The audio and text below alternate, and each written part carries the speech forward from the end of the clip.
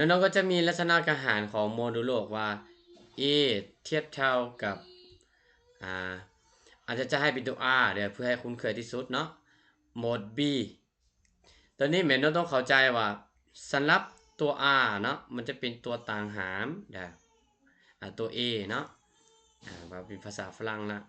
และตัว r แม้จะเป็นตัวเศษและ b จะเป็นตัวหารเนาะน้องต้องเข้าใจอยู่ในการหารของโมดูโลกนี้ก่อนหรือน้องอาจจะเขียนในการหารแบบธรรมดาทั่วไปก็ได้เนาะคือในที่นี้แมนเขาจะบอกอย่างนึงว่าเขาจะได้ n เท่ากับ1โหมด8แม่นบ่และเขาจะได้ n เท่ากับ1โหมด8เด้อและเขาก็จะได้อยู่ที่ n เท่ากับ n เนาะในหมวดนี้ก็จะเป็น n เด้อเท่ากับ2โหมด5เนาะและเด้อ n เท่ากับ2โหมด5เนาะฉะนั้นแล้วเราต้องเห็นให้ทั้ง2ตัวนี้เป็นตัวเดียวกันเดี๋ยวทุกๆขันน้องจะสังเกตเอาตัวอยู่ในวันนี้จะเป็นตัวหารให้มันรวมกันตัวหารในคูณกันจะเป็น40ถ้ามี3 4 5ตัวเขาก็เอาตัวหารมาคูณกันแล้วสรุป3รวนเอาตัวเดียวกันมาเมิดเนาะในขณะนี้เราก็เลย n เท่ากับn นี่เท่ากับ1บวก 8k เลยว่ะอาจจะให้เป็น8k บวก1เนาะเขียนในห้างการหารแบบธรรมดาและแบบที่2ตัวนี้มาเราจะได้ n เท่ากับอีกอย่างเท่ากับ 5k บวก2ฉะนั้นเพื่อที่จะเอาทั้ง2ตัวนี้มารวมกันเป็นตัว1ตัวเดียวกันได้เนาะน้องต้องเห็นให้ทั้ง2คือการด้วยน้องคูณ5ใส่กับตัวถึงและคูณ8ใส่กับตัวยูรุ่มเนาะน้องก็จะได้อาจจะคูณ5ใส่ถึงหรือจะคูณ8ใส่รุ่มเพื่อให้จะคำนวณออกมาได้เนาะในกรณีคือข้อนี้จะได้เป็น 5n 40k บวกให้กับ5แม่นบ่และจะได้เป็น 8n เท่ากับอันนี้เท่ากับเนาะ40ตัวนี้จะเป็น k ขีดเนาะ40k ขีดมาบวกให้กับ2 8เป็น16และในขณะนี้เราจะเอามาบวกเข้ากันได้เนาะเอามาบวกเข้ากันเป็น 13n เท่ากับ 40k ขีดมาบวกเนาะอันนี้จะได้เป็น21ฉะนั้นน้องกับคืนเอาตัวนี้มาเขียนใส่ในโหมดของโมดูโลก็ได้เนาะเพราะว่าตอนนี้เราต้องการถอน n น้องต้องการถอน n เนาะที่มีลักษณะใกล้เคียงกับตัวนั้นเก่าถ้าน้องบ่เขียนในโหมดเขาจะแก้ได้บ่ได้เนาะแต่ว่าสำหรับมปลายเนี่ยน้องอาจจะเขียนในโหมดแน่หรืออาจจะบ่เขียนในโหมดก็ได้ในกรณีคือแบบนี้เราจะได้อยู่ 13n เท่ากับ21โหมด40เนาะ21โหมด40พอฉะนั้นแล้วเราต้องการให้มัน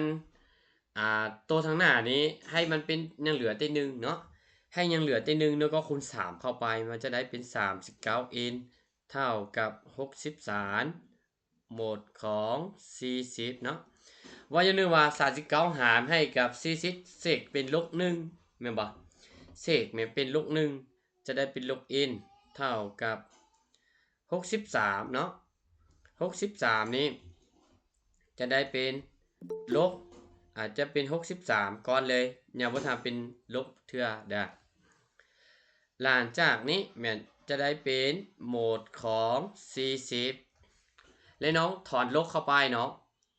เอาลบเข้าทั้ง2ภาคจะได้ n เท่ากับลบ63เนาะโหมดของ40มาฮอดจุดนี้ก็ได้แล้วเนาะแต่ว่าตัวลบ63นี่มาหาร40ว่าอย่าลืมว่า40นี้ตัวที่จะหารค่าให้กับ40ได้นี่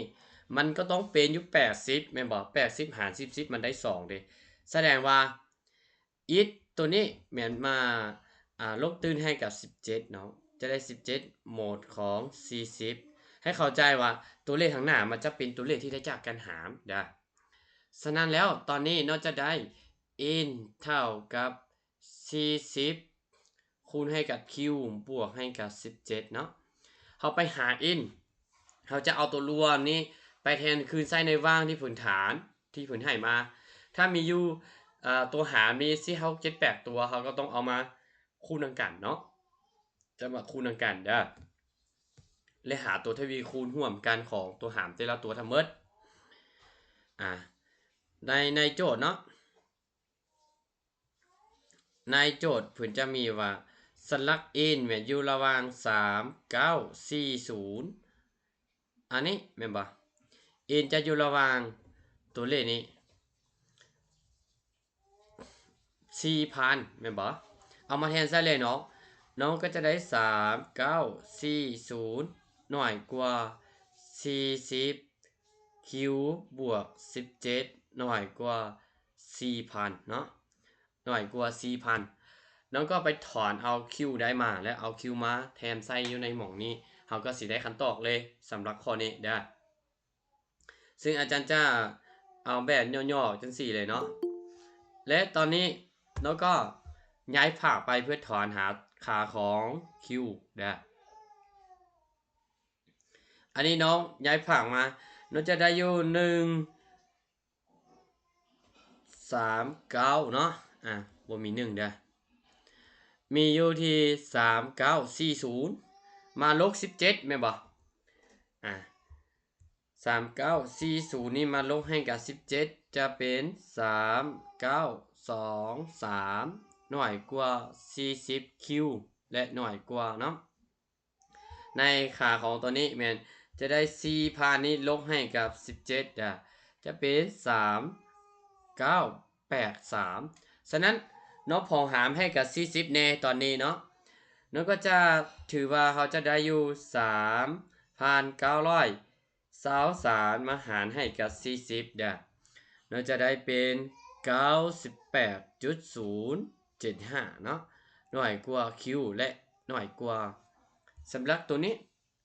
3,983มาหารให้กับ40น้องก็จะได้อยู่ที่99เนาะ.575และน้องลงมาเบิ่งจำนวนเต็มอยู่ในว่างนี้เนาะจำนวนเต็มอยู่ในว่างนี้แม่นบ่เนื่องจากว่าอันนี้แม่นต้องนอนอยู่ในจำนวนเต็มคือกันเบิดสำหรับ n และ q หรือว่าทุกๆค่าที่ให้มาเขาก็จะถอนได้ q ตัวนี้แม่นเท่ากับ99ท่วมเนาะเพราะว่าจำนวนเต็มอยู่ในว่างนี้มีแต่99ตัวเดียวเอา q เท่ากับ99ไปแทนใส่ในหม่องนี้เขาจะได้ n เขาก็จะได้ n ทันทีเลยเนาะสำหรับโจทย์ในข้อนี้แล้วก็สรุปได้ว่าฉะนั้นเราจะหาได้ค่าของ n นี้เท่าไปเป็น40คูณ99เนาะมาบวกให้กับ17และอยู่ในจุดนี้เราจะได้อยู่40คูณให้กับ99มาบวก17เนาะจะออกอยู่3,977อันนี้ก็ถือว่าเป็นคำตอบที่ถูกต้องเนาะและน้องว่าอาจารย์น้องมาบ่มาฮอดจุดนี้มาฮอดเตลบ63หมด40ได้บ่ได้เนาะเพราะว่าถ้าน้องประเทศใส่เดี๋ยวน้องจะได้บ่นี้เป็นลบ63คันตอบมันก็จะออกลักษณะใกล้ๆเคียงกันเนาะได้ว่ามันจะต้องเป็นตัวบวกตัวลบตัวอื่นอีกโอเคเป็นยังไงในข้อนี้ให้เข้าใจว่าถ้ามันมีตัวหารนี่หลายกว่า2ตัวเราต้องหาตัว LCN เนาะ LCN ของตัวหารนี่เราต้องหาตัวทวีคูณร่วม